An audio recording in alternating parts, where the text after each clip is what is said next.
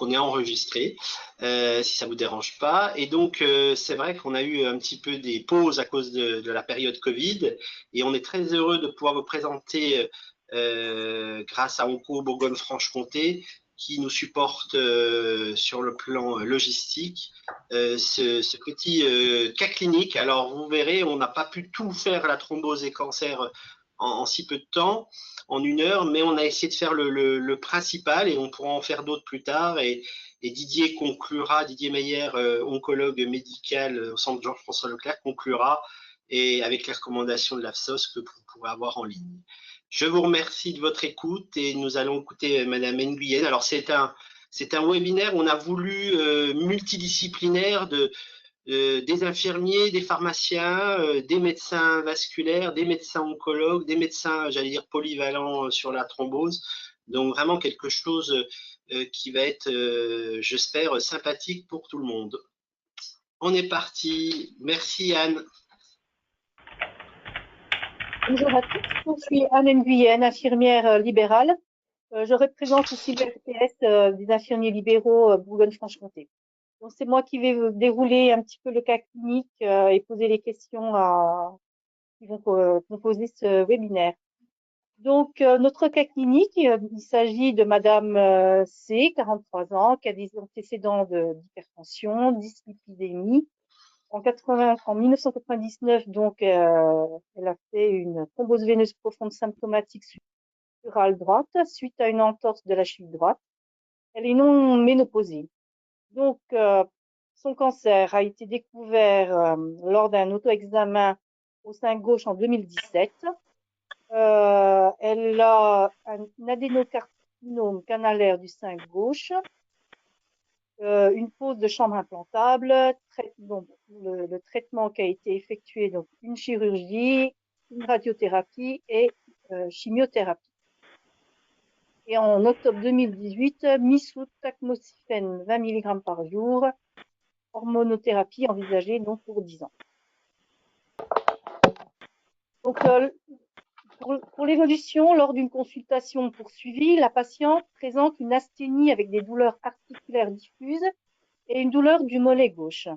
À l'examen, il existe une dissociation pouls-température, une asymétrie des mollets avec un œdème ne prenant pas le godet. Donc, l'échodoppler veineux des membres inférieurs bilatéral montre une thrombose veineuse profonde d'allure récente sur opopiqué gauche. Donc, quel traitement anticoagulant proposé à la phase aiguë? Donc, on peut se poser la question pour les HPPN curatifs, fondaparinus curatif, HPPM ou fondaparinus curatif avec relais varfarine, anticoagulant orodirect, style Abixaban ou Rivaroxaban, compression élastique classe 2. Voilà la question qu'on peut se poser. Merci beaucoup, Anne. Donc moi, je suis le docteur Martin Nils, un des médecins du CGFL qui s'occupe de la thrombose avec le docteur Mayer. Je vais essayer de répondre donc à certaines des questions de ce PowerPoint. Donc la première des questions effectivement qu'on se pose dans la découverte d'une thrombose, c'est quel traitement on va mettre en place. Là, il y a différentes solutions qui s'offrent à nous sur cette diapositive. Il y a plusieurs possibilités de traitement pour cette patiente en l'occurrence, mais il va bien falloir faire un choix. Pour faire ce choix, on va se baser sur plusieurs critères, et donc on va vous mettre le diapo voilà, sur le référentiel de soins de support de l'AFSOS. On voit donc qu'on a plusieurs solutions. Alors, en fonction du profil patient, il faut qu'on regarde son profil. Est-ce que ce patient a un risque hémorragique, oui ou non? Donc, il y a plusieurs facteurs qui peuvent donner un risque hémorragique important, entre autres, voilà, thrombopénie, une problématique rénale, un saignement récent, des problématiques de lésions cérébrales. Ça va déjà nous guider en première intention. Puis ensuite, quel est le cancer? Si effectivement on est dans le cadre d'une tumeur gastro-intestinale ou urothéliale, on va plutôt avoir envie de mettre des héparines de bas, d'autant plus si la tumeur n'est pas réséquée. si jamais on n'est pas dans ce cadre, dans ce cadre particulier, si on n'a pas de risque hémorragique, pas de ce type de tumeur gastro-intestinale ou urothéliale, on peut se poser la question de mettre en place un AOD. Et la question qui suit, c'est est-ce que il va y avoir dans le traitement du patient des contre-indications, des interactions vis-à-vis de l'AOD? Si la réponse est oui, bien entendu, on va plutôt avoir tendance à se diriger vers une HBPM. Et si la réponse est non, on peut proposer en première intention à cette patiente la mise en place d'un AOD, sachant qu'il y a d'autres facteurs qui peuvent être à prendre, qu'il faut prendre en considération, entre autres, par exemple, le poids du patient, ses antécédents chirurgicaux, gastriques ou digestifs, et également, bien entendu, et ça me semble primordial, prendre l'avis du patient par rapport à cette décision. Dans certains cas particuliers, comme vous le voyez en bas à droite, on peut avoir besoin de prendre l'avis d'une RCP, la RCP thrombose, et éventuellement faire des dosages ou prendre l'avis du pharmacien. Voilà un petit peu comment on fait le choix aujourd'hui de prise en charge d'un premier épisode de thrombose chez un patient qui a un cancer. D'autres alternatives, comme vous avez vu, le Fondaparinux, les AVK, c'est quand même des traitements qu'on n'utilise pas du tout en première intention, voire pas du tout pour le Fondaparinux, par exemple. Et les AVK en oncologie sont à éviter. Voilà un petit mot sur la décision. Merci. On a sauté, voilà. Après s'être documenté, donc la patiente vous demande si cette TVP n'est pas due au tamoxifène. Que lui répondez-vous? Devez-vous arrêter le tamoxifène? Alors effectivement, la patiente est tout à fait en droit de se poser la question parce que on sait bien aujourd'hui que le tamoxifène est un facteur de risque à part entière du développement d'une thrombose, d'autant plus quand on a des antécédents de thrombose veineuse, comme c'est le cas chez cette patiente. Alors effectivement, la question de l'arrêt du tamoxifène peut se poser puisqu'on a parfois des alternatives qui sont moins à risque thrombogène, mais quand même, là, on est dans le cas d'une patiente qui est non ménopausée et ça risque d'être potentiellement un peu compliqué de mettre un autre traitement. Et de toute façon, la thrombose étant déjà présente, il va bien falloir lui mettre une anticoagulation. Donc, en règle générale, on n'arrête pas forcément le tamoxifène. On se contente d'anticoaguler la patiente et de bien sûr bien la suivre sur le plan d'événements thromboemboliques. Si je peux me permettre de rajouter quelque chose, on peut aussi rediscuter du dossier en RCP à la fois d'oncologie et aussi en RCP thrombose, quand il y en a. Oui, c'est en règle générale ce qu'on fait à chaque fois, au tout du moins en Parce que RCP. le risque dans ce cas-là pourrait être aussi, en continuant le tamoxifène, de se dire on risque un autre épisode ensuite, y compris sous anticoagulant, y compris un épisode d'embolie pulmonaire, peut-être quelque chose de sévère. Donc la décision n'est jamais simple. Non, tout à fait. Mais c'est pour notre cas, finalement, la décision est prise de poursuivre le tamoxifène et de mettre la patiente sous enoxaparin à la dose de 175 unités kilo 24 heures pendant 3 mois avec réévaluation. Quelle surveillance instaurez-vous pour le traitement par HBPM? Donc, est-ce qu'on surveille les plaquettes 2 fois par semaine? Est-ce qu'on surveille l'activité anti-DISTA? Est-ce qu'on surveille aussi la numération formule sanguine? Est-ce qu'il y a une surveillance clinique, une surveillance angiologique, ou alors on ne surveille pas?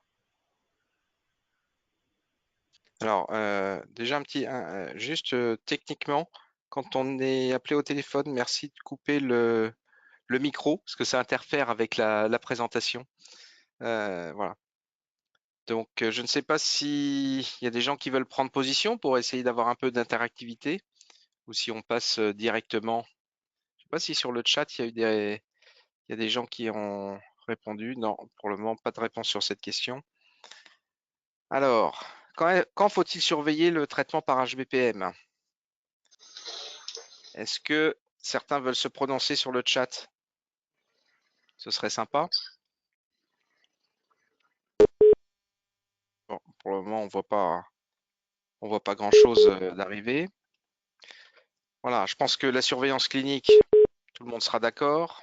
De toute façon, c'est une patiente qui est prise en charge en oncologie, donc elle va être surveillée cliniquement et ce sera bien. La surveillance angiologique est discutable et je vais vous repasser le relais puisque je suis d'astreinte et qu'on m'appelle. Je suis désolé, Nicolas. Je coupe mon micro momentanément. Ouais, on va prendre le relais. Alors, la surveillance plaquettaire, c'est vrai que c'est quelque chose qui peut se discuter et on le sait avec les héparines de Papua moléculaire où régulièrement on se pose la question les 3 premières semaines de faire une surveillance plaquettaire. Et c'est vrai qu'avec Patrick Mismetti de Saint-Étienne, des recommandations étaient tombées il y a quelques années où on s'est rendu compte que les héparines de Papua moléculaire donnaient très peu de thrombopénie induite par l'héparine et qu'une surveillance plaquettaire n'était pas nécessaire, mais la surveillance clinique était par contre elle, primordiale, puisque si un événement thrombotique venait à survenir, cliniquement, il y allait avoir une répercussion. Donc c'est vraiment la clinique qui nous fera dire attention, la thrombose, le patient redevient plus symptomatique malgré les anticoagulants, on fait les plaquettes et ça suffisait. Bien sûr, c'est pas pareil si c'était une héparine non fractionnée où il faut pour elle faire quand même une surveillance plaquettaire. Là, je reviens sur une petite question. On ne fait pas de fond d'apparinux, Larixtra, chez des patients qui ont un cancer. C'était un petit peu l'idée. C'est pour ça qu'on a mis cette plaque, parce que thrombose et cancer, suspicion de thrombopénie, on s'était dit on fait le fond d'apparinux, comme ça on ne surveille pas les plaquettes, mais le fond d'apparinux pour des complications hémorragiques a été est contre-indiqué dans les maladies du cancer. Voilà. Voilà, donc pour vous rappeler que nous avons des tas de recommandations nationales et internationales et d'une manière très pratico-pratique, nous avons le référentiel de l'AFSOS qui est accessible en ligne et qui se fait non pas sur la forme d'une recommandation, c'est bien un référentiel et d'une manière très logique avec ces logigrammes que vous voyez, ces algorithmes décisionnels où on préconise pour le traitement long cours de la maladie thromboembolique veineuse, l'HBPM en curatif à 1 injection par jour.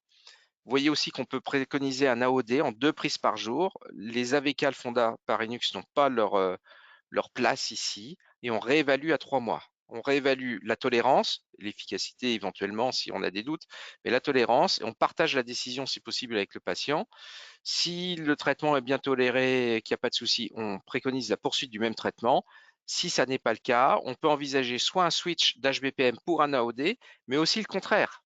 Et le contraire, ça peut être par exemple des patients qui ont des épisodes hémorragiques, même mineurs, mais quand même cliniquement significatifs et qui les ennuient.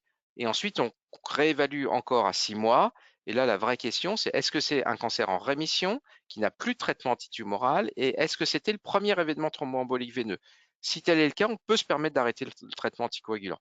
Sinon, et on reparlera ensuite dans d'autres diapos vers la fin d'une alternative, mais on poursuit le traitement anticoagulant pendant toute la durée d'évolutivité du cancer ou du traitement tumoral. Dans notre cas clinique, la patiente part pour au minimum, je dis bien au minimum, 5 ans d'hormonothérapie. Donc ça va être un traitement au long cours, vraisemblablement. Et concernant la surveillance, vous voyez qu'il n'y a pas de surveillance systématique pour les HBPM, qu'il faut être prudent avec le rein et le foie avec les AOD, et qu'on déconseille carrément les AVK, sauf en cas d'insuffisance rénale sévère. Suivante.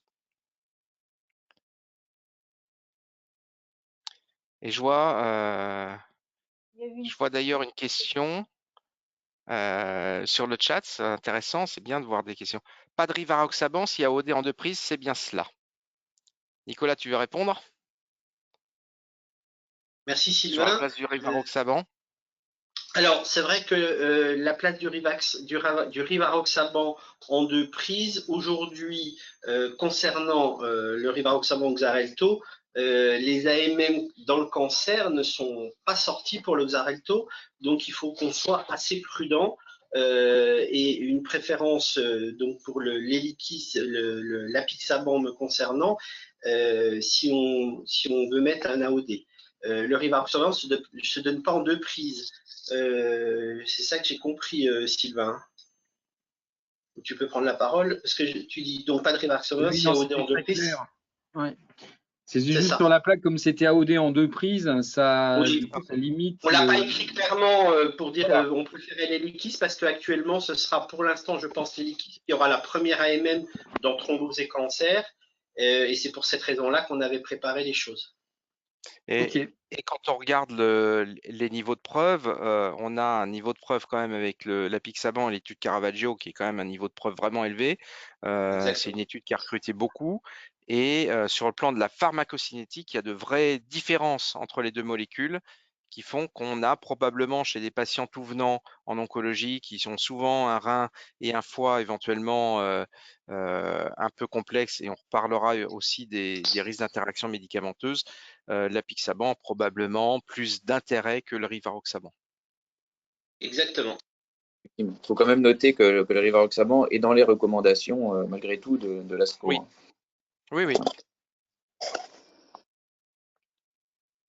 Pour continuer, donc la patiente souhaite partir en vacances plus de 3 semaines afin de se reposer du fait de son asthénie. Se pose le problème des injections réalisées jusqu'à présent par son infirmière à domicile. Elle souhaite réaliser elle-même ses injections. Quelles consignes proposez-vous? Donc, je vais y répondre directement. Donc, il y a plusieurs solutions qui peuvent s'offrir à elle. Donc, soit elle se fait des auto-injections avec bien sûr une éducation et un accompagnement par l'infirmière à domicile, à l'aide d'un livret explicatif en insistant bien sur les règles d'hygiène, sur le changement des zones d'injection et pour l'évacuation des déchets. Et on peut aussi lui conseiller de faire appel aussi à un cabinet d'infirmières sur les lieux de vacances qui pourrait aussi l'accompagner. Et aussi, si elle ne se sent pas trop à l'aise pour les injections et qu'elle a une personne ressource, éventuellement éduquer aussi la personne ressource, le conjoint, la personne qui l'accompagne en vacances. Donc, il existe des livrets explicatifs pour les patients qu'on peut aussi mettre en lien pour donner aux patients pour les injections et aussi pour la surveillance qui va avec.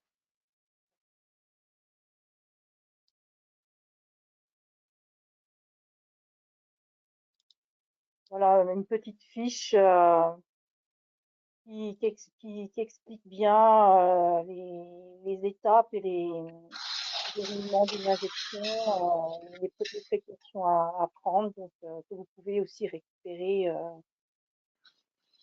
Alors pour compléter Anne, le groupe de travail, on est en train de faire une fiche pour la Bourgogne-Franche-Comté. Donc elle va être pratiquement terminée, ce qui permettra de faire entre guillemets ce que j'aime bien, des remis aux pharmaciens, aux infirmières, aux médecins. Et c'est en cours, donc normalement dans les semaines qui vont venir, on va pouvoir avec le support de Léo faire une petite distribution, soit par mail, afin que voilà, parce que n'oublions pas que c'est le pharmacien ou l'infirmière qui voit le plus le patient, hein. Nous les docteurs, on les voit pas le moins possible, mais pas si souvent que ça. Et c'est pour ça qu'on veut que le pharmacien, le médecin traitant, généraliste et l'infirmière soient au centre de ces auto-injections. Merci Anne. Je voudrais juste revenir un instant. Je crois que Nicolas, tu as dit que l'apixaban n'avait pas d'AMM. En fait, quand on regarde les libellés, il y a une précaution d'emploi, mais on s'est envisagé qu'on puisse bien dans l'AMM, dans les précautions d'emploi, qu'on puisse utiliser en cas de cancer actif, alors que pour le rivaroxaban, ils disent bien que les études sont trop limitées, qu'il faut plutôt éviter ce médicament. Voilà, c'est juste pour Oui, revenir sur tu as raison, l'AMM a été modifiée récemment. Ouais. Oui, tu as raison. Merci de ta remarque, Didier. On peut continuer. Oui. Donc, à 3 mois de contrôle éco-Doppler, le contrôle éco-Doppler retrouve une reperméabilisation complète de la thrombose veineuse profonde. La patiente vous informe lors de la consultation ne plus tolérer les injections d'HBPM et est donc demandeuse d'arrêter le traitement. Avez-vous une alternative en 2022? Alors, est-ce que sur le chat, on a une alternative qui se dessine? Prenez part, hein. Vous voyez qu'on essaye de suivre ce qui apparaît comme question sur le chat, donc n'hésitez pas. Peut-être qu'il n'y a pas d'alternative d'ailleurs, mais peut-être qu'il y en a. On pourrait se poser la question et on entend de temps en temps voilà, des choses parfois surprenantes. Voilà, je vois des gens qui se posent la question des AOD, effectivement. C'est une alternative qui peut tout à fait être discutée et envisagée. Peut-être la première question à se poser, c'est qu'est-ce qu'elle entend par elle ne supporte plus les injections d'HBPM? Parce que dans l'expérience courante, c'est parfois je ne veux plus être dépendante de l'infirmière parce que je suis trop souvent coincée parce que la pauvre elle est tellement débordée qu'elle vient quand elle peut. Ça peut être une chose. Ou alors j'ai des hématomes partout. Les injections me font mal. Enfin, l'éventail est assez large sur ce qu'est l'intolérance aux HBPM. Mais effectivement, on peut tout à fait discuter de la mise d'un relais avec de l'apixaban. D'autant que quand on est avec une patiente sous hormonothérapie, je vous rappelle que ces hormonaux peuvent durer 5 à 10 ans maintenant en fonction, ou 5 à 7 ans, on est quand même sur un traitement qui risque d'être franchement au long cours et le relais par AOD peut tout à fait être envisagé avec plusieurs questions à se poser, bien sûr celle de l'observance des traitements et puis celle, et ça on a besoin de travailler ces sujets-là à chaque fois qu'on réfléchit à la prescription d'un AOD, en particulier en oncologie, c'est quelle est la fonction rénale, quelle est la fonction hépatique et y a-t-il un risque d'interaction médicamenteuse? Mais là, quand on dit interaction médicamenteuse, c'est pas juste dans le livre, c'est une interaction médicamenteuse cliniquement significative. On peut peut-être passer à la suivante. Je vais te poser une question, Didier, puisque quelle place tu mets les antivitamines K du coup? Aucune. J'ai ma réponse, mais voilà, aucune. En dehors du patient qui a une clairance à 10 millilitres minute. Voilà, c'est en dessous de 20. En dessous de 20, on peut se poser la question, mais très clairement, il n'y a plus de place à l'heure actuelle pour les AVK. Les études ont montré que les AVK font moins bien que les HBPM. On a à la fois plus d'accidents hémorragiques et plus de récidives thromboemboliques avec les AVK. Il y a trop d'interactions médicamenteuses, trop de moments où les patients sont soit sous-dosés, soit surdosés, et donc c'est beaucoup moins bon. Et ça, c'est valable pour le cancer, mais aussi pour les autres pathologies. Oui, oui. Oui, on est d'accord. Dans notre référentiel donc, qui a été mis à jour en 2021, le traitement en long cours, donc là on est sur une thrombose de caté veineux central. Bon, je pensais qu'on l'avait remise. On l'avait pas remise à jour, il me semblait. Oui. Voilà, bon, c'est pas grave. On va commenter cette diapo, même si voilà. Quand on a un caté central et que les patients, pour X raisons, on a décidé de garder ce caté veineux central. La préconisation, c'est l'HBPM à dose curatrice. Et au bout de 3 mois, soit on a une évolution favorable, et oui, on peut poursuivre l'HBPM pendant 3 mois, ou discuter l'AOD en 2 prises. Le relais AVK, ben, c'est plus tout à fait d'actualité, là aussi, hein, c'est pas le meilleur. On va plutôt sur les AOD que sur les AVK. Et là, on est sur finalement la durée de traitement la durée d'utilisation la durée pendant laquelle le cathéter central est en place. Si l'évolution n'est pas favorable, de toute façon, il faudra retirer le cathéter, poursuivre l'HBPM 3 mois après l'ablation du cathé, et on rediscute la durée totale du traitement anticoagulant.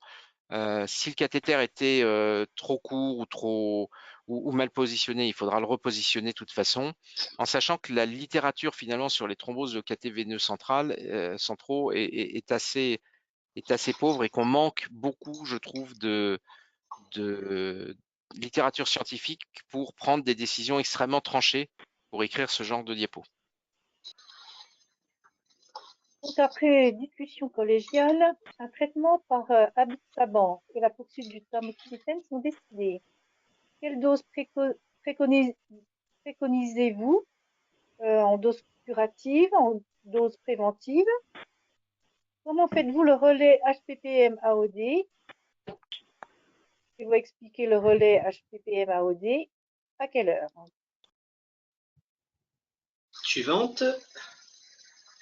Alors, voilà, donc Donc, juste pour refaire un peu la synthèse sur l'histoire thrombose et cancer, quand on commence à se dire on va mettre un AOD, même si certains l'ont dit, n'oubliez jamais que les AOD, les héparines de bas poids moléculaires, c'est les traitements qui vont être de choix dans le cancer, mais elles ont toutes les deux une place un peu différente. Pour la phase aiguë, c'est vrai qu'on a tendance à dire quand il y a un énorme orage thrombotique avec un énorme syndrome inflammatoire, et mes maîtres Lorsery et Lorenzini disaient très facilement que l'action anti-inflammatoire des héparines de bas poids moléculaires avait un vrai intérêt. Et qu'en dehors de tout ça, c'est vrai qu'aujourd'hui, la place des AOD commence à être quelque chose qui se voit régulièrement, mais pour lequel il faut quand même avoir une discussion collégiale avec l'oncologue. Et c'est aussi pour cette raison-là qu'on voulait ce webinaire, c'est qu'aujourd'hui, c'est plus l'oncologue dans son coin qui met ses anticoagulants, sauf s'il a une expertise thrombose, mais c'est quand même toujours bien de discuter alors avec le médecin vasculaire, ou ce que j'aime dire avec le thrombologue, parce que ça peut être un pneumologue dans certains services, ça peut être un cardiologue, peu importe, hein, ou un hémostasien, mais cette discussion collégiale est à mon sens très très forte. Et c'est vrai que nous, on a tendance à faire ici au CHU de Dijon en particulier des consultations pharmaceutiques, et du coup le pharmacien aussi intervient parce qu'il peut aussi rentrer dans la prise de choix des interactions médicamenteuses. Donc vous voyez que très facilement, on commence à avoir une plage. Avant, c'était héparine de bas poids à tout le monde. Et aujourd'hui, c'est pas héparine de bas poids à tout le monde. C'est pour certains, pour d'autres, on met des AOD. Donc, cette vraie discussion collégiale, oncologue, thrombologue, est à mon sens la discussion qu'il va falloir prioriser dans les années qui viennent. D'autant plus que, pour être très transparent, on n'est qu'au balbutiement des AOD dans le cancer. Voilà, il y a probablement des cancers, il faudra peut-être les éviter plus, etc. En tout cas, tous ceux qui sont à haut risque hémorragique, comme les vessies ou du digestif, donc il faudra être très très très très prudent. Donc, vous voyez, donc cette discussion collégiale, et puis l'autre chose, l'oncologue connaît son patient avec son degré d'oncologie et de chimiothérapie et d'évaluation thérapeutique, à quel stade il est dans sa maladie cancéreuse. Le thrombologue connaît à quel stade il est dans sa maladie thrombose veineuse, embolie pulmonaire ou thrombose du cathé. Et c'est vrai que cette association des deux, à mon sens, va être incontournable dans les années qui viennent. Et si je peux rajouter, si je peux rajouter un mot, Nicolas, finalement, quand on se pose la question, il n'y a jamais d'urgence à démarrer tout de suite par l'AOD. Si on a le moindre doute, on peut commencer par l'HBPM, quitte à faire un relais AOD assez précoce finalement, si on a réuni tous les éléments lors d'une discussion collégiale. Et je vais aller dans le même sens que toi. Depuis 2008, il y a eu les recommandations de la SOR qui ont dit on ne fait plus d'AVK, on fait des héparines de bas poids moléculaires. Et vous voyez, on est en 2022. Donc il y a eu quand même quelques dizaines d'années où on a vécu avec les recommandations de la SOR et ça se passait très bien. Donc je suis tout à fait d'accord avec toi. On a toujours un peu de laps de temps et en expliquant bien aux patients, ça se passe toujours très très bien.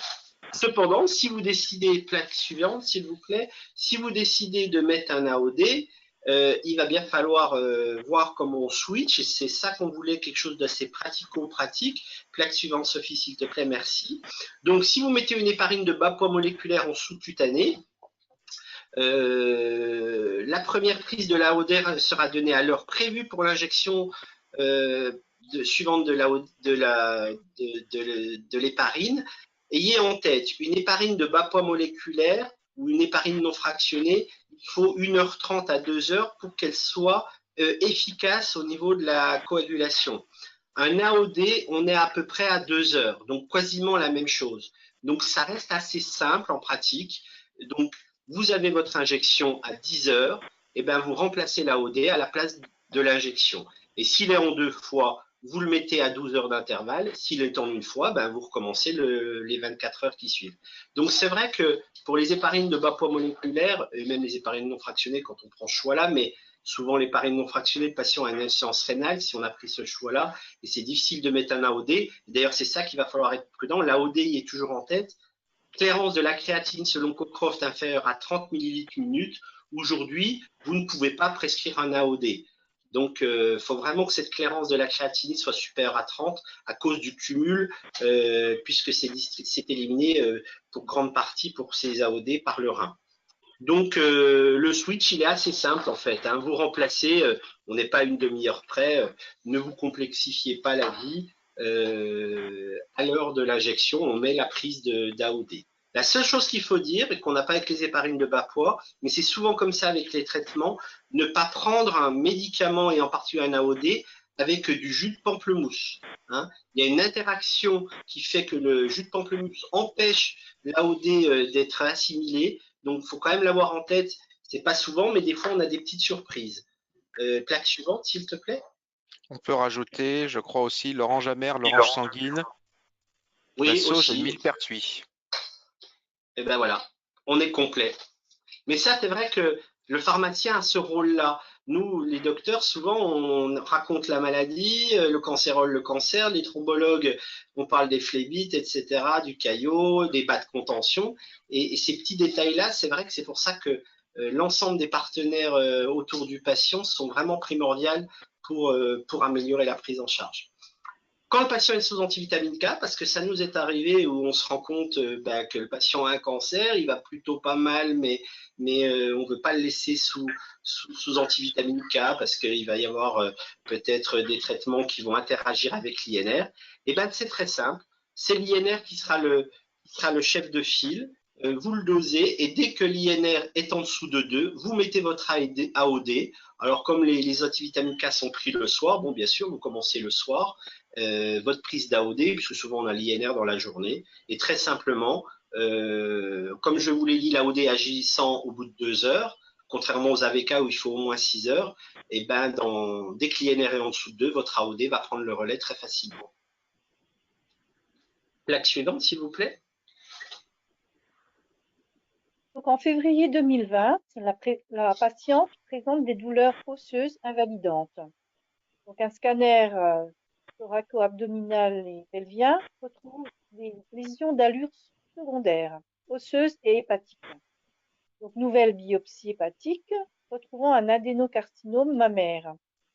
Donc, RO 70%, RP 30%, HER2 négatif. La patiente est aménorrhéique depuis 18 mois. Décision de première ligne métastatique par ribociclib, létrozole, plus ou moins analogue. Donc, le pharmacien qui délivre la thérapie ciblée en ville s'interroge sur l'interaction médicamenteuse possible avec les TIS. Alors, là, du coup, c'est moi qui vais prendre un peu le relais. Alors, la thérapie ciblée, effectivement, quand on va la délivrer en ville, avec les LIKIS, les ordinateurs et nos petits neurones ne vont pas tilter. A priori, de premier abord, il n'y a rien comme interaction. Par contre, les thérapies ciblées, celle-ci en particulier, va être extrêmement importante et va intervenir sur beaucoup de choses du fait du fameux, qu'on a vu en cours, le fameux cytochrome P450, où là, on va le retrouver dans toute sa splendeur, puisque le ribociclib est un puissant inhibiteur du cytochrome P450 et va interagir via ce cytochrome sur les liquides en augmentant les concentrations des liquides dans l'organisme. Donc, c'est le point qu'il faudra surveiller, regarder et discuter avec le médecin. Je crois que c'est la slide d'après. Alors, voilà, il y en avait encore une. Donc, effectivement, quand on regarde le référentiel AFSOS, les liquides plus ribociclib, on ne retrouve qu'une association à prendre en compte. On n'est pas dans de la contre-indication, on est dans à prendre en compte. Donc, elle peut très bien être délivrée, mais par contre, il y aura beaucoup de choses à regarder. On y reviendra tout à l'heure sur les interactions, et notamment le risque hémorragique et l'hémorragie éventuelle. Voilà, donc ça, ce sont les interactions médicamenteuses sorties du référentiel de l'AFSOS. Il y en a qui sont vraiment non recommandées, d'autres à prendre en compte. En fait, l'idée, c'est de ne pas contribuer les AOD à tout le monde dès qu'on a le moindre doute. Hein. C'est d'avoir vraiment une idée de l'interaction. Est-ce qu'elle est cliniquement pertinente ou non. Il n'y a pas beaucoup d'études qui nous permettent de définir avec certitude si l'interaction est forte ou pas. Malgré tout, il y en a pour lesquels on est certain qu'on va faire des erreurs. Il y en a d'autres où il faut et principalement méfiant. On ajoute encore à ces deux traitements d'autres traitements qui interagissent avec ce fameux cytochrome.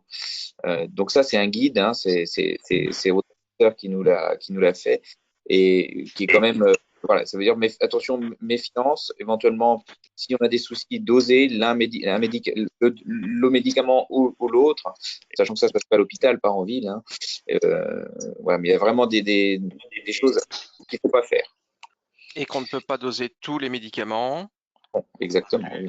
Et juste ce qu'Audrey Belson nous expliquait bien, c'est qu'a priori, on n'a pas de crainte sur une perte d'efficacité ou une augmentation des effets indésirables des anticancéreux, mais bien, par contre, la crainte concerne l'efficacité, soit une perte d'efficacité, soit un surdosage avec le traitement par AOD. Et en tant qu'oncologue, vous voyez qu'il y a vraiment des… Bon, nous, là, on est sur un dossier de cancer du sein, mais vous voyez qu'il y a beaucoup de molécules qui concernent le cancer du sein, dont le ribociclib qu'on a mis et qui a à prendre en compte. Ça veut dire qu'on ne sait pas trop, mais il y a aussi les cancers de prostate, etc. Donc, il faut vraiment être très vigilant. Tout à fait, je vais faire mon petit diablotin, Didier, puisque tu aimes bien quand je…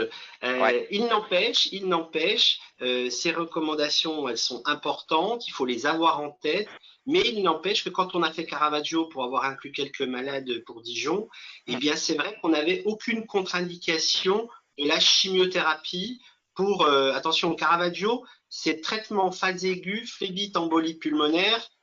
C'était au début pas tous les cancers et puis c'est ça aussi qu'il faut voir, mais on n'avait pas dans les critères d'inclusion et d'exclusion de recommandations où on ne pouvait pas mettre tel ou tel patient. Donc voilà, et les thromboses, il n'y a pas eu de grosse récurrence puisque ça a valu. T'es pas d'accord, Didier? Bah, il y avait quand même dans Caravaggio un item interaction connue avec le cytochrome P450, si je me souviens bien. Il y avait un… Oui, mais on n'avait pas un listing les de médicaments n'étaient pas, voilà, ouais. les médicaments n'étaient pas cités. Mais voilà. ça voulait dire que l'oncologue, quand il proposait, vérifiait théoriquement. Tiens, je donne ça. Ah, c'est métabolisé par le P450. Je ne vais pas l'envoyer à Nicolas Falvo parce que là, c'est un critère d'exclusion. Oui, je suis d'accord avec toi, sauf que quand on reprend les dossiers, eh ben en fait, on se rend compte que ces patients-là avaient un peu de ces médicaments-là où il y a eu un changement de chimio en cours et ça s'est pas si mal passé que ça. Voilà, mais c'est pour ça que cette relation oncologue-médecin vasculaire, elle est à mon sens vraiment majeure dès qu'on prend ces décisions-là. Oui, et c'est pour ça qu'on a bien mis dans le référentiel à prendre en compte. Ça ne veut pas dire que c'est une contre-indication. C'est ça. Voilà. Juste, je reviens sur le chat, je vois une question du fait que l'orange sanguine et pamplemousse ne sont pas utilisés. Faut-il mieux éviter par précaution tous les agrumes? A priori, ça, je crois que c'est une chose qui a été bien regardée. Et ce qu'on a cité sont vraiment ceux qui passent par le 450. Donc la clémentine, a priori, ça n'a pas le même impact. Enfin voilà, c'est pas tous les agrumes. Mais c'est pour ceux qui prennent du multivitaminé. Voilà. C'est pour répondre aux questions sur le chat. J'ai réactivé mon micro. Alors, là, elle est assez royale, cette prescription. Conformité de la molécule, quand on la vérifie, effectivement, hein, on est dans l'AMM, il n'y a rien à dire là-dessus, tout baigne. Le dosage est bon, la durée de traitement est bonne. Les interactions médicamenteuses, effectivement, comme ça a été dit, ce n'est pas tellement les interactions qui vont agir sur l'anticancéreux, mais c'est plutôt l'inverse. Donc, il va falloir surveiller tout ce qui est médication parallèle, alors que ça soit suite à une visite au médecin de ville, au médecin généraliste, parce que sur les 5 ou 10 ans de traitement de la patiente, elle va bien avoir 2-3 maladies, elle va bien se retrouver chez son médecin. Il va falloir faire attention aux traitements comme ça et également faire très attention à tout ce qui est automédication. Beaucoup le millepertuis entre autres, mais il y en a plein d'autres. Ce qui fait que là, dans des cas de patients comme ça, le bien fondé de l'entretien pharmaceutique à la mise en place du traitement est pas mal et au cours de l'année, histoire de bien suivre son patient, surtout effectivement vis-à-vis de ce fameux cytochrome P450. Donc, effectivement, après, il faudra lui expliquer tout ce qui est au niveau du traitement injectable en complément avec l'infirmière. C'est vrai que c'est des traitements qui sont un petit peu lourds, qui sont vraiment pas marrants, qui peuvent donner des douleurs. Vous vous retrouvez avec le ventre ou les cuisses pleines de bleu. C'est pas forcément très esthétique, donc il va falloir faire adhérer le patient là-dessus. Lui dire qu'effectivement, les injections, si c'est 2 fois par jour ou même 1 fois par jour, eh ben, c'est à 24 heures d'intervalle. C'est pas une fois à 28 heures, une fois à 16 heures. Donc, il faudra qu'il puisse la faire à peu près tout le temps à la même heure. Les risques hémorragiques, hein, et puis effectivement, dès qu'il y a une alerte sur un risque hémorragique, de prévenir le médecin. Après, je vais juste terminer là-dessus. Effectivement, pour les pharmaciens, bien faire attention que notamment ce type de molécules, notamment la ribociclib, mais il y en a d'autres, là je suis désolé, je suis pratico-pratique parce que nous on a quelqu'un au-dessus de nous qui s'appelle la sécurité sociale et que ce sont des médicaments chers et que la prescription doit obligatoirement émaner de l'hôpital et d'un service de cancéro. Donc, à surveiller si par hasard le médecin généraliste, parce que le patient n'a pas tout à fait son rendez-vous tout de suite, le prescrit, attention, ça risque de grincer des dents. Et puis, à discuter aussi, alors ça peut se discuter un petit peu avec la Sécu, mais ils sont un peu pénibles là-dessus. Attention sur les ordonnances de cabinet d'oncologie de ville. Ce sont bien des oncologues, mais pas hospitaliers. Et là, on est vraiment sur une ordonnance systématique hospitalière. C'est même pas une initiale annuelle, c'est systématiquement à chaque fois une ordonnance hospitalière oncologie. Voilà, donc il y aura ça à surveiller et tout se passera très bien pour le patient. Damien, j'avais une petite question. Si moi, médecin généraliste, demain, maîtrisant pas un peu l'association, le généraliste peut dire, ben voilà, parlez-en à votre pharmacien. Comment un pharmacien tous les pharmaciens peuvent donner un rendez-vous entre guillemets au patient et apporter une espèce de consultation, de conseil pharmaceutique. Comment ça se passe en pratique? Alors oui, il y a ce qu'on appelle les entretiens pharmaceutiques là, qui sont bien calibrés par la Sécu, qui durent 1 heure, etc. Mais en dehors de ça, je ne vois pas un pharmacien refuser, suite à discussion avec le médecin, de prendre un quart d'heure avec le patient pour lui expliquer et faire un point sur le début de traitement ou en cours de traitement sur quelque chose qu'il n'aurait pas compris. Ça peut se faire et ça se fera. La question, c'est est-ce qu'on peut organiser un peu systématiquement ces entretiens pharmaceutiques? On rentre dans les règles de la CPAM ou pas du tout? Alors, le gros entretien pharmaceutique, c'est les règles de la CPM, mais bon, ils sont pas en coordination, a priori, pas en coordination avec le médecin, on peut les faire intervenir. Maintenant, des entretiens médecin, pharmacien, patient, ça s'organise déjà pour les traitements qui sont de la substitution aux opioïdes. Mais c'est de l'informel. D'accord. Merci, Tania. Avec notre patiente, pour qui finalement la décision a été prise de laisser l'apixaban. En janvier 2021, au scanner de contrôle, réponse dissociée avec franche progression hépatique nécessitant une nouvelle biopsie. Quel relais proposez-vous? Slide suivante, Sophie, s'il te plaît. Non, moi je vais parler du relais. Alors, c'est vrai que l'apixaban a aussi cette facilité de gestion équivalente à une héparine de bas promoléculaire. Contrairement aux antivitamines K, où il faut arrêter, j'allais dire, plusieurs jours avant. Mais quand même, avec les AOD, il y a quand même une règle qui est la clairance de la créatinine. Si la clairance de la créatinine est au-dessus de 60 ml par minute, donc totalement normal, il suffit d'arrêter 2 jours avant une biopsie, un AOD, de ne pas forcément prendre un relais par héparine de bas promoléculaire. Ce relais sera à discuter avec le thrombologue si la thrombose est entre guillemets fraîche. C'est-à-dire que si l'oncologue dit moi je suis obligé d'aller faire une biopsie très rapidement et que la thrombose a 3 semaines, eh ben c'est des discussions qu'on peut avoir de manière collégiale. Si on est à plus de 3 mois d'un événement thrombotique, on peut se permettre d'arrêter un AOD 2 ou 3 jours avant, de faire la biopsie et de le reprendre toujours. Il faut avoir en tête entre 6 à 8 heures après une ponction. Donc soit on le reprend le lendemain, mais c'est minimum 6 à 8 heures pour éviter l'hématome. Donc c'est assez facile à gérer et c'est aussi un peu cette force qu'on n'a pas avec les antivitamines K. Donc très facilement, on l'arrête 2 ou 3 jours avant, le patient a sa biopsie. Voilà. Si l'insuffisance rénale est plus importante, c'est-à-dire qu'on est entre 30 et 50, et bien là, on prend un délai un petit peu plus long, plutôt proche des 4-5 jours, et ainsi permettre à l'élimination de l'AOD. Vraiment, quand on a un doute et que c'est une chirurgie plus importante, nous, ce que l'on fait avec Emmanuel Demestre, notre hémostasien, c'est qu'on dose une activité anti-DISTA qui nous permet de voir s'il y a encore de quoi avoir de l'hélicis ou du Xarelto, quand c'est le Xarelto, dans le sang et permettre un geste ou pas. S'il y a trop de Xarelto ou d'hélicis, donc une activité anti-DISTA trop élevée, eh ben, on décale l'intervention de 24 ou de 48 heures. Donc ça, voilà, c'est assez simple. C'est aussi cette force qu'on peut avoir avec les AOD, comme on l'a avec les héparines de bas poids moléculaire d'ailleurs. Anne? Donc, on retrouve un adénocarcinome triple négatif à la nouvelle biopsie.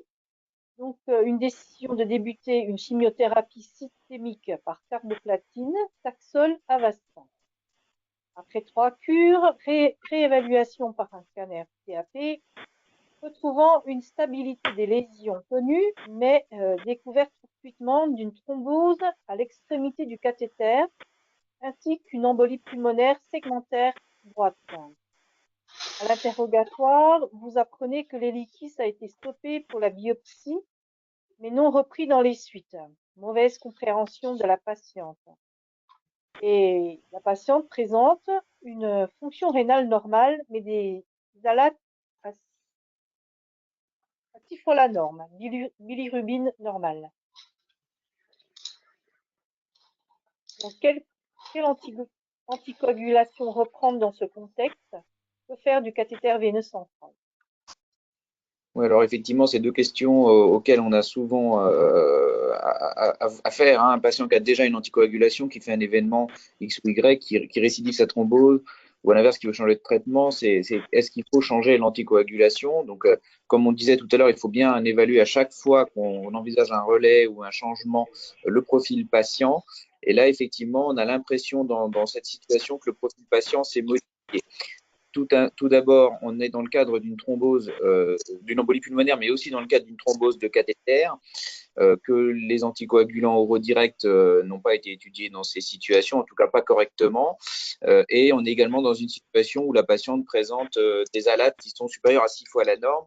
C'est les 2 points d'alerte qui vont peut-être nous guider sur la coagulation à reprendre, sachant qu'on est aussi dans le cadre d'une patiente qui n'a pas poursuivi son anticoagulant parce qu'elle n'a pas compris.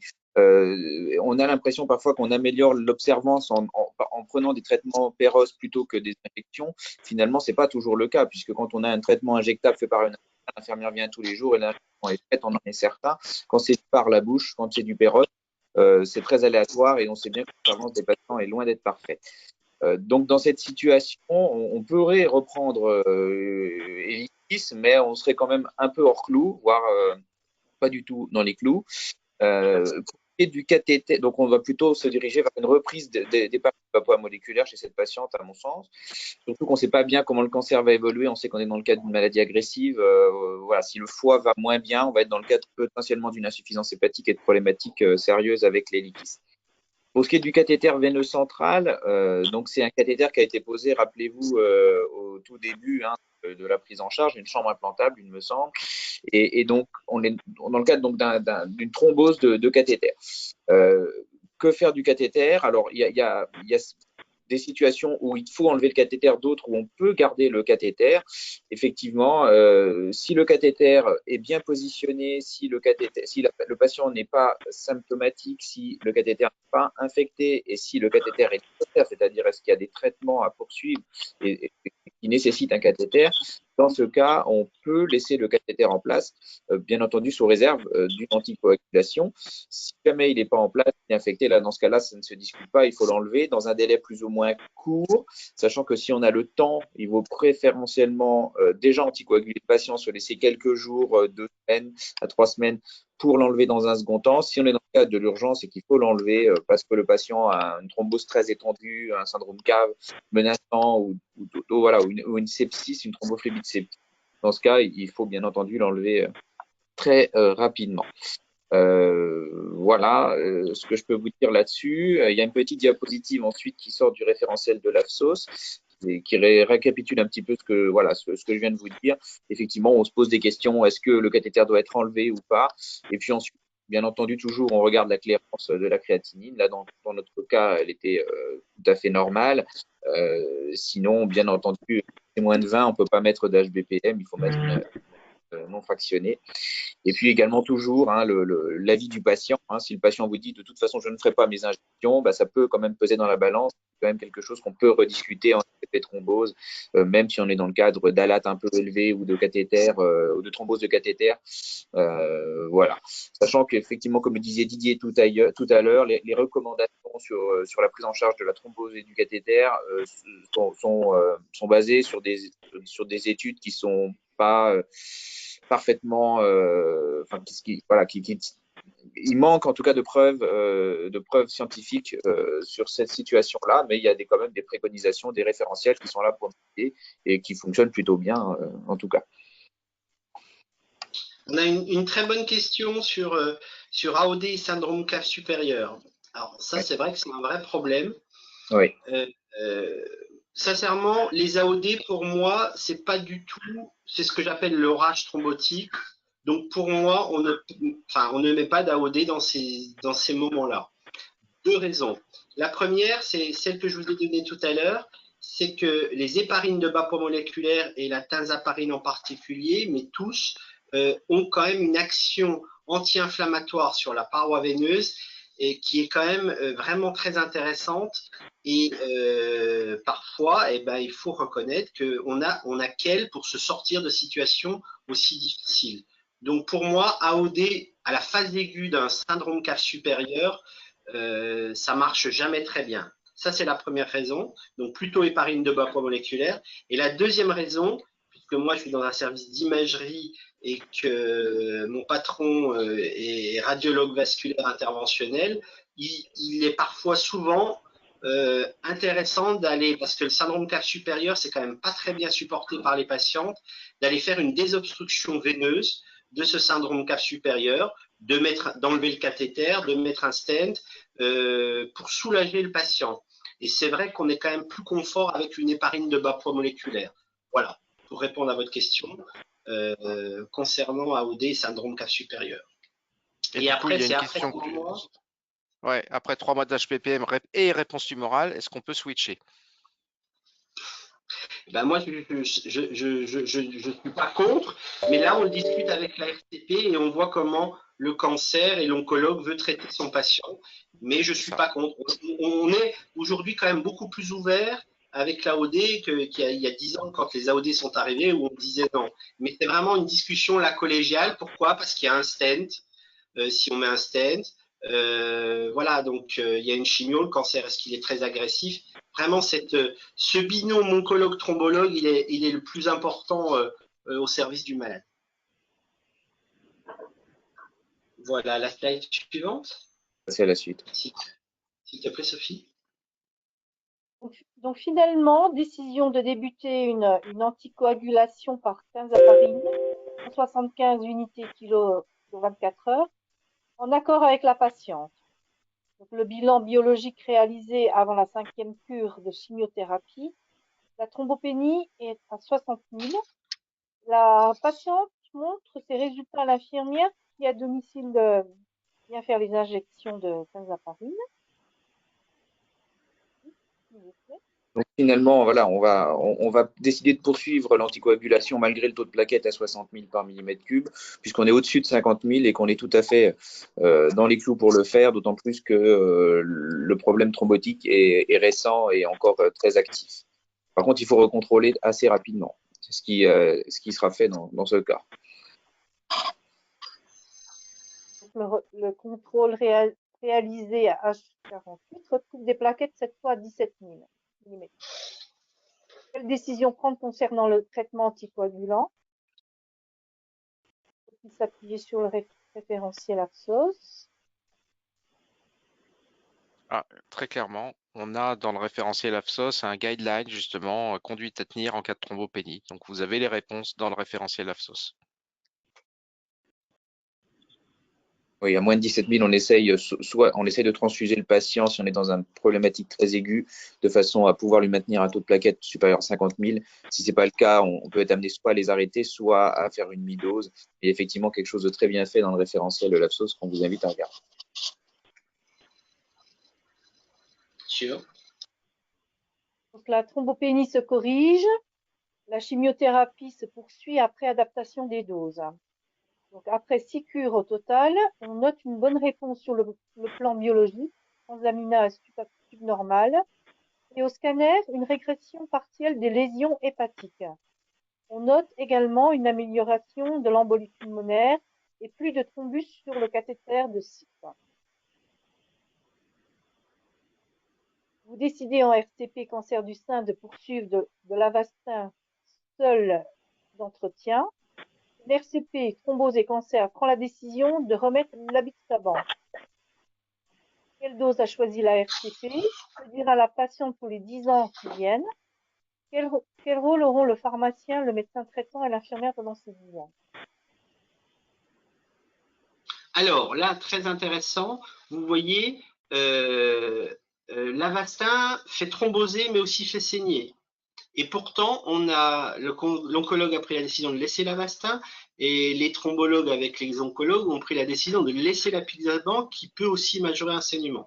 Nous avons repris avec François Guiringhelli au CGFL les 400 patients qui avaient eu des anticoagulants et de l'Avastin, qui avaient eu de l'Avastin qui avait thrombosé, pour lequel on avait dit on laisse l'Avastin parce qu'il y en a besoin, c'était souvent des glioblastomes, et on laisse l'anticoagulant parce qu'on sort d'une grosse embolie pulmonaire. La raison était importante puisqu'au bout d'1 an, on s'est rendu compte qu'il ne saignait pas plus malgré l'anticoagulant. Donc ça, c'est très important en RCP d'avoir pris cette décision-là parce que le patient qui a un glioblastome, qui a plus de l'Avastin et puis qui thrombose, eh ben, on est coincé. Donc on laisse bien sûr l'apixaban. Et l'apixaban, en tout cas l'AOD, l'anticoagulant, il est dit, et ça c'est quelque chose de très solide, on laisse l'anticoagulant tant que le cancer est actif. D'accord? Tant que le cancer est actif, et je vais même aller plus loin quand on a une hormonothérapie, on sait que l'hormonothérapie agit sur la coagulation jusqu'à 2 à 3 mois après le dernier comprimé. Donc il faut laisser l'anticoagulant, c'est parce qu'on arrête l'hormonothérapie qu'on arrête en même temps l'anticoagulant 2 ou 3 mois après l'hormonothérapie parce que c'est là qu'on trouve des thromboses. Donc ça c'est très important de l'avoir en tête. Et puis après, je crois qu'on va parler de la slide suivante avec la dose. C'est celle d'après, je crois. Voilà. C'est juste pour qu'on ait le timing d'1 heure. La dose d'anticoagulant, est-ce qu'on a le droit de mettre une demi-dose d'anticoagulant en dose d'entretien de cette thrombose chez ce patient qui a le cancer et qui a un traitement, j'allais dire, à bas bruit? Aujourd'hui, slide suivante. On va pouvoir un jour, j'espère, celle d'après, je pense, de slide. Voilà. On a une étude qui est en cours d'Isabelle Mahé, là, que je vais citer, qu'on a conjointement avec l'équipe du Centre Georges-François Leclerc et le CHU de Dijon, où on est en train de faire une étude de dose. Hein, et ça, c'est intéressant parce que dans les AOD, vous avez tous cette notion que quand on doit laisser un anticoagulant, on baisse après 6 mois ou 1 an, on baisse la dose d'anticoagulant et on laisse l'anticoagulant à vie. Ben aujourd'hui, on n'a pas encore la réponse. Ce que je vous ai dit tout à l'heure avec les AOD, on est au début des AOD dans le cancer. Et donc, il y a cette étude géniale d'Isabelle Mahé où on va comparer une dose forte, la dose, j'allais dire normale, 5 mg 2 fois par jour, à la dose petite, la plus faible. Hein, c'est l'équivalent d'un Lovenox 40, 2,5 mg 2 fois par jour, puisque dans les patients qui ont thrombosé sans cancer, on a démontré que c'était aussi efficace et que ça faisait surtout beaucoup moins saigner. Surtout, comme disait Didier, quand on laisse un tamoxifène 7 ans, le risque, c'est que le patient vieillissant il puisse saigner dans ces 7 ans. Donc, la réponse va être sur la slide suivante, s'il vous plaît. Eh bien, j'ai pas de réponse parce que l'étude est en cours et je pense, j'espère qu'on aura les résultats en 2024. Et je pense qu'on pourra vous refaire un petit diaporama et avancer dans ce dossier. slide suivante, et c'est Didier, je crois, qui doit Oui, ouais. conclure. Alors déjà, juste pour vous faire sourire, vous voyez que les oncologues sont très optimistes de penser qu'une patiente avec des méta-hépatiques d'un cancer du sein triple négatif va vivre 10 ans. Donc, mais on ferait pas de l'oncologie si on n'était pas optimiste. Ça, c'est une chose. N'hésitez pas à adresser à Nicolas, qui est notre investigateur pour l'étude APICAT, n'hésitez pas à lui adresser les patients. Cette étude est excessivement importante. C'est une étude quand même dirigée par la France, par Isabelle Mahé, qui est une étude européenne. On est à plus de 1000 patients inclus. Il en faut 1700 d'ici la fin de l'année pour qu'on puisse vraiment avoir les conclusions. Donc, adresser les patients pour inclusion dans APICAT. On est un tout petit peu en retard, je vais pas traîner. Vous voyez que l'évolutivité, elle concerne à la fois la prise en charge des cancers avec de plus en plus de molécules, donc de plus en plus d'interactions possibles, mais des gens aussi qui vivent de plus en plus longtemps et vivant de plus en plus longtemps vont faire de toute façon de plus en plus d'événements thromboemboliques veineux.